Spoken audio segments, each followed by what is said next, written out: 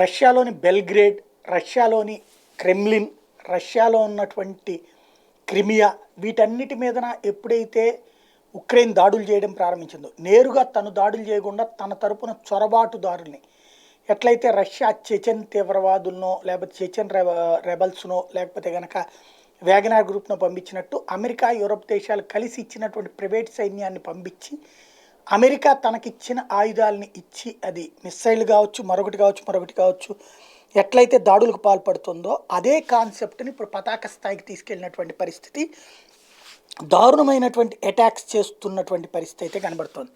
దాని వెనకాల ఉన్నటువంటి పరిణామ క్రమమే ఇప్పుడు పెద్ద చర్చకి దారితీస్తుంది. ఏంటయ్యా అంటే, ఇప్పుడు లేటెస్ట్గా జరుగుతున్నటువంటి రష్యా ఉక్రెయిన్కి సంబంధించినటువంటి యుద్ధ నౌకని ధ్వంసం చేసేసింది. ఆ మధ్యన నేవీలో ఆధిపత్యం ఉక్రెయిన్దే.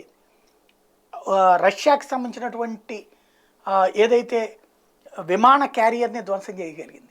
కానీ ఇప్పుడు ఈ బెల్గ్రేడ్ అటాక్ కంటే కూడా మాస్కో అటాక్ దానికి కడుపు రగిలించేసి, దాని పర్యవసానమే పతాక స్థాయికి తీసుకెళ్ళినటువంటి వ్యవహారం దారుణమైనటువంటి దాడిని అయితే చేసుకొచ్చింది.